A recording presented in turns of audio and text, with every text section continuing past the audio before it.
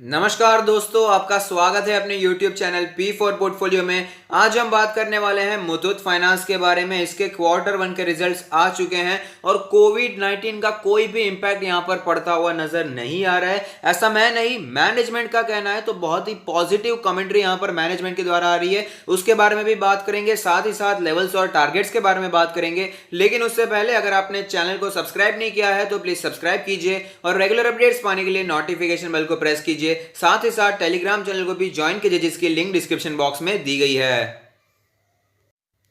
तो आप देख सकते हैं मुथूट फाइनेंस का लास्ट ट्रेड प्राइस है 1255 रुपीज, जो कि 1.4% ऊपर दिखाई दिया है। अगर बात करें मार्केट कैप के बारे में तो वो है 50,000 करोड़ के आसपास। पी रेशियो 16.75 है, जबकि इंडस्ट्री का पी 29.82 दिखाई दे रहा है। प्राइस टू बुक रेशियो के बारे में बात करें तो वो है 4.35%। डिविडेंड यील्ड काफी अच्छा दिखाई देता है, 1.19% है। डिलीवरेबल्स के बारे में बात करें तो ऑलमोस्ट 35% की डिलीवरी हमें यहाँ पर दिखाई दे रही है।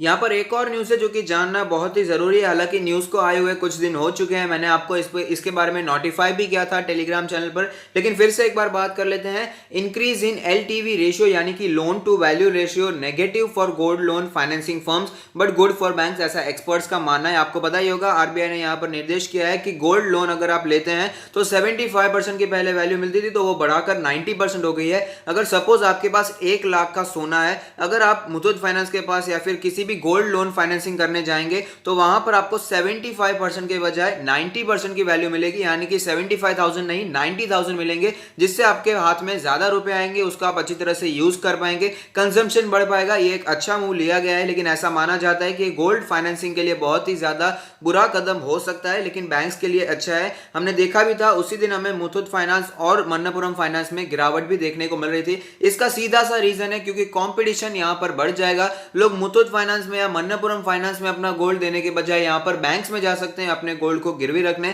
कंपटीशन काफी ज्यादा बढ़ जाएगा और उसी की वजह से हमें यहां पर बहुत ज्यादा तो नहीं लेकिन थोड़ा सा करेक्शन जरूर हमें देखने को मिला था। तो अब चलते हैं इसके क्वार्टर वन के रिजल्ट्स कैसे आए हैं उसके बारे में भी बात कर लेते हैं। तो हम देखने वाले हैं मुथूट फाइनेंस के कंसोलिडेटेड फाइनेंशियल रिजल्ट, जहां पर सारे फिगर्स रुपीज इन मिलियंस में दिए गए हैं। अगर बात करें यहां पर टोटल इनकम के बारे में तो आप देख पाएंगे 26,000 मिलियंस के आसपास की हमें टोटल इनकम देखने को मिल रही है, जो कि पिछले क्वार्टर के मुकाबले थोड़ी सी यहां पर गिरती हुई नजर आ रही है और पिछले साल के मुकाबले यहां पर अच्छी खासी ग्रोथ हमें देखने को मिली है। अगर बात करें यहां पर इसके नेट प्रॉफिट के बारे में तो आप देख पाएंगे जो प्रॉफिट फॉर द पीरियड निकल कर आता है वो 8,576 मिलियन के आसपास का है, जो कि पिछले साल के मुकाबले और पिछले क्वार्टर के मुकाबले भी हमें बढ़ता हुआ नजर आ रहा है, जो कि एक अच्छी बात है। यहां पर कमेंट्री भी जानना बहुत ही जरूरी है, कंपनी का क्या कहना है वो जानना बहुत ही ज्यादा जरूरी होता है। तो यहां पर आप देख पाएंगे there has been no significant impact of operations financial position of the company on account of the outbreak of कोविड-19 पैंडेमिक। मैं पीडीएफ कॉपी आपको टेलीग्राम पर भेज दूंगा, ऐसे डिटेल में भी आप पढ़ सकते हैं, लेकिन ये सिर्फ एक लाइन पढ़कर हमें समझ में आता है कि there has been no significant impact on the operations due to outbreak of कोविड-19 पैंडेमिक। तो इससे हम समझ सकते हैं कि कंपनी एफिशिएंटली काम कर रही है, भले ही यहां पर कोविड-19 का पैंडेमिक देखने को मिल रहा है। जबकि ऐसे सिचुएशन में काफी ज्यादा बड़ी बड़ी कंपनीज ने भी कहा है कि हमें बहुत ज्यादा दिक्कत फेस करनी पड़ रही है, लेकिन मुथूट फाइनेंस का कहना है कि उन्हें कोई भी सिग्निफिकेंट इंपैक्ट देखने को नहीं मिला है, जो कि बहुत ही अच्छी बात है। तो अब चलते हैं चार्ट्स पर, वहां पर कैसी सिचुएशन बनी हुई है उसके बारे में भी बात कर लेते हैं। तो आप देख सकते हैं कि मार्च के लो से धमाकेदार रिकवरी हमें देखने को मिल रही है। काफी ज्यादा स्टॉक हमें ऊपर जाता हुआ नजर आया है, पहले के जो लेवल्स थे उससे भी काफी ज्यादा ऊपर ये ऑलरेडी निकल चुका है। करंट सिचुएशन के बारे में बात करें तो फिलहाल ये सारे मूविंग एवरेज के ऊपर ट्रेड करता हुआ नजर आ रहा है। अगर बात करें यहाँ पर इंडिकेटर्स के बारे में तो एमएससीडी हमें यहाँ पर पूरी तैयारी दिखाई दे रही है एमएससीडी की, कि यहाँ पर हमें एक बुलिश क्रॉसओवर देखने को मिल सकता है। अगर बात करें यहाँ पर एमएफआई के बारे में यानी कि मनी फ्लो इंडेक्स के बारे में तो आप देख पाएंगे मनी फ्लो इंडेक्स यहां पर 37.53 दिखाई दे रहा है। एक स्पाइक देखने को मिल रहा है, यहां पर हमें ऐसा दिखाई दे रहा है कि आगे आने वाले दिनों में वापस तेजी कंटिन्यू रहती हुई नजर आ सकती है। 37 एक ऐसा नंबर है जो कि वीक है, लेकिन आप देख सकते हैं यहां पर एक बाउंस बैक देखने को मिल रहा है, इसीलिए हम कह सकते हैं कि यहां पर फिर से तेजी लौटती हुई नजर आ सकती है। आरएसआई के बारे में बात करें तो आप देख पाएंगे कि आरएसआई का नंबर है 56.24। यहां पर भी एक स्पाइक देखने को मिल रहा है, जो कि दर्शा रहा है कि यहां पर जो गिरावट हुई थी वो कवर होने वाली है और वापस तेजी कंटिन्यू रहती हुई नजर आ सकती है। सकती है। बॉलिंजर बैंड के बारे में बात करें तो आप देख पाएंगे कि बॉलिंजर बैंड के लोअर बैंड के आसपास सपोर्ट लेने के बाद स्टॉक ने तेजी दिखाई। फिलहाल स्टॉक हमें मीडियन के आसपास ट्रेड करता हुआ नजर आ रहा है। मीडियन के आसपास का लेवल ही है, हमारा करंट मार्केट प्राइस मीडियन के आसपास है। लोअर बैंड का लेवल है 1130 के आसपास का लेवल, अपर बैंड जो है वो 1375 के आसपास का लेवल, 1400 के आसपास स्टॉक ने अपना ऑल टाइम हाई भी बनाया था। अगर बात करें यहां पर पिवट पॉइंट्स के बारे में तो आप देख पाएंगे कि pivot level current market price के बिल्कुल ही नजदीक हमें दिखाई दे रहा है। सपोर्ट्स के बारे में बात करें तो 1090 का सपोर्ट दिखाई देता है, जहां पर स्टॉक ने सपोर्ट लिया था और वापस रिकवरी भी दिखाई थी। उससे भी नीचे जाए तो यहां पर दूसरा सपोर्ट दिखाई देता है 906 के लेवल पर, जो कि 200 डेज के ईएमए के बिल्कुल ही नजदीक है। ऊपर के रेजिस्टेंस के बारे में भी बात कर लेते हैं। 1431 का रेजिस्टेंस है, उससे भी ऊपर जाए तो 1589 का रेजिस्टेंस हमें दिखाई देता है। अब चलते हैं ऑल टाइम चार्ट पर, वहां पर कैसी सिचुएशन बनी हुई है वो भी एक बार जान लेते हैं। तो आप देख पाएंगे कि स्टॉक ने धमाकेदार रिटर्न्स हमें बनाकर दिए हैं। मल्टी बैगर स्टॉक रहा है, मल्टी बैगर रिटर्न्स इसने बनाकर दिए हैं। काफी ज्यादा तेजी पिछले कुछ सालों में इसमें देखने को मिली है। 20 मंथ्स का ईएमए भी काफी ज्यादा नीचे रह गया है, 800 के लेवल पर हमें 20 मंथ्स का ईएमए भी दिखाई देता है।